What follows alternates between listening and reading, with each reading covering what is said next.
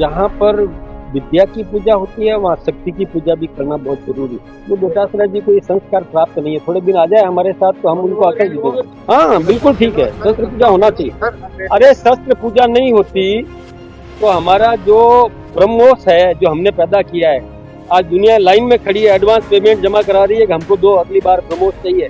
कांग्रेस ने बाहर से खरीद के और उसमें कमीशन का काम किया, आज हम खुद निर्माण कर रहे हैं। पहली बात यह है कि वोट चोरी होती तो अशोक गहलोत कैसे जीत जाते, डोटासरा जी कैसे जीत जाते, सचिन पायलट कैसे जीत जाते। ये जहां हारते हैं दूसरा कभी ईवीएम पर ठीकरा फोड़ते हैं, कभी वोट चोरी की बात करते हैं, जहाँ जीतते हैं वहाँ ताल ठोकते हैं। कुछ कि आज बंगाल में क्या हो रहा है, यदि वोट चोरी करनी होती तो बंगाल में नहीं कर लेते, ममता को लाने देते क्या। बिहार में रोहिंग्याओं को वोटर बना दिया, हिंदुस्तान में कौन राज करेगा इसका निर्णय करने का अधिकार हिंदुस्तान के नागरिक को है, कोई रोहिंग्या या बांग्लादेशी को नहीं। ये वही लोग करते हैं जिसको कहते हैं चोर की डाडी में तिनका।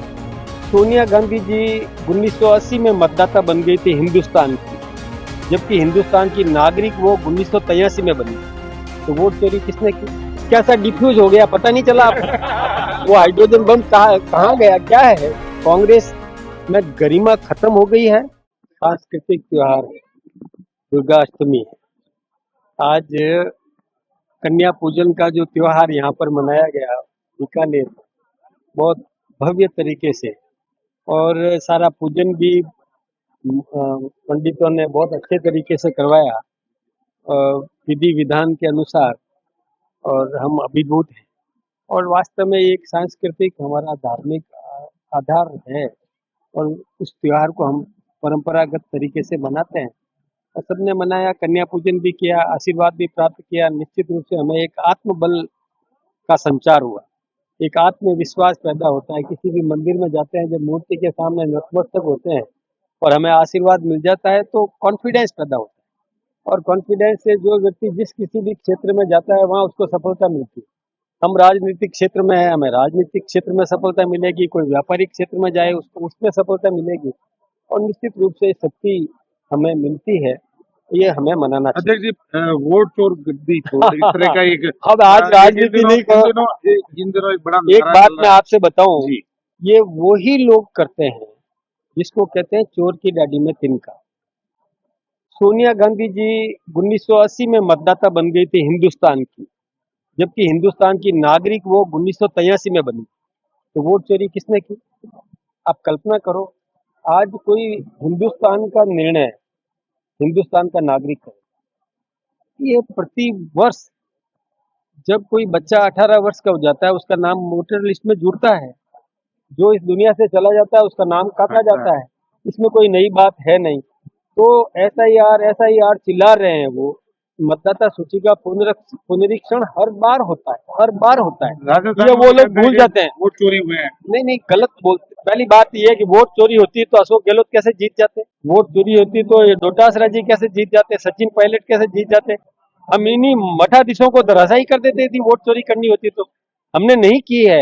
ये जहां हारते हैं दूसरा कभी ईवीएम पर ठीकरा फोड़ते हैं, कभी वोट चोरी की बात करते हैं, जहाँ जीतते हैं वहाँ ताल ठोकते हैं कुछ।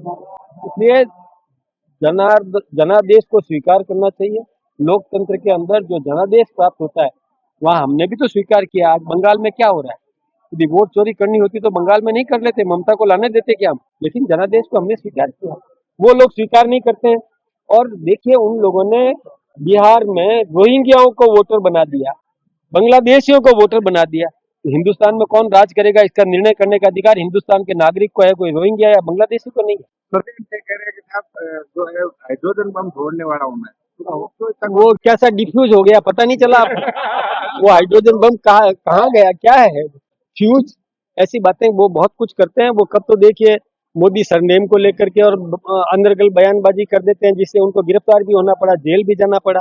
वो कभी क्या बोल देते हैं मोदी मतलब वोट चोर वगैरह क्या क्या बोल देते हैं, शब्द चयन उनको आता नहीं है। कांग्रेस में गरिमा खत्म हो गई है, उनको शब्द आचरण कैसे करना चाहिए, शुद्ध शब्दावली का प्रयोग करना चाहिए।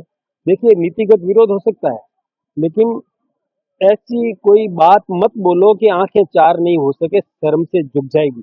इसलिए उन लोगों को राजस्थान में तो उनका सीधा सीधा आरोप है कि बीजेपी और आरएसएस मिलती है और वहाँ पे ये सब करवा रही है। देखिए, शस्त्र पूजा कोई आज की तो है नहीं, ये प्राचीन पद्धति है हमारी और पौराणिक काल से चली आ रही है। जहाँ पर विद्या की पूजा होती है वहाँ शक्ति की पूजा भी करना बहुत जरूरी है। ये तो वो डोटासरा जी को ये संस्कार प्राप्त नहीं है, थोड़े दिन आ जाए हमारे साथ तो हम उनको अकल भी देंगे। यूनिवर्सिटी में वो कह रहे परमिशन सब जगह नहीं, वो फिर आरएसएस का अखाड़ा बना दिया यूनिवर्सिटी में। आरएसएस का तो देखिए पूरे देश में चल रहा है, आरएसएस का तो चलेगा ही चलेगा, आज नहीं तो कल उन लोगों को भी लाइन में आना पड़ेगा। यूनिवर्सिटी की बात कर रहे हैं जो अरे यूनिवर्सिटी में क्या, कहीं भी शिक्षा तो होगी ही होगी। राष्ट्रीय चरित्र लोगों में पैदा होना चाहिए। हम चाहते हैं पक्ष में भी राष्ट्रभक्ति हो, विपक्ष में भी राष्ट्रभक्ति हो। हम तो चाहते हैं कि उनमें भी राष्ट्रभक्ति आए। उन्होंने ये कहा है कि 1978 में जब भी आरएसएस इसी तरह का एजेंडा लेकर गई थी यूनिवर्सिटीज में, क्योंकि पर्टिकुलर धर्म विशेष की अनुमति नहीं दी जाती है यूनिवर्सिटी में, क्योंकि बहुत सारे संगठन हैं। लेकिन जब 1978 में जब गई थी तो आरएसएस के लोगों को वहां से भागना पड़ा था और छात्रों ने भी विरोध किया। एक बात बताऊं, 77 में इंदिरा गांधी चुनाव आती, पता नहीं है क्या, वो भूल जाते हैं क्या कि 78 की बात करते हैं। सब साफ हो गए थे, संजय गांधी हार गया, सब हार गए, मैदान छोड़ के भाग ही गए। हिंदुस्तान से भागने की तैयारी में थे ये लोग, तो इटली जाने की तैयारी में थी सोनिया गांधी जी। ये सही मान रहे हैं, मतलब शस्त्र पूजा। हाँ बिल्कुल ठीक है, शस्त्र पूजा होना चाहिए। सर अशोक गहलोत का एक बयान आया है कि भाई राहुल गांधी पे अरे शस्त्र पूजा नहीं होती तो हमारा जो ब्रह्मोस है जो हमने पैदा किया है, आज दुनिया लाइन में खड़ी है, एडवांस पेमेंट जमा करा रही है कि हमको दो, अगली बार ब्रह्मोस चाहिए।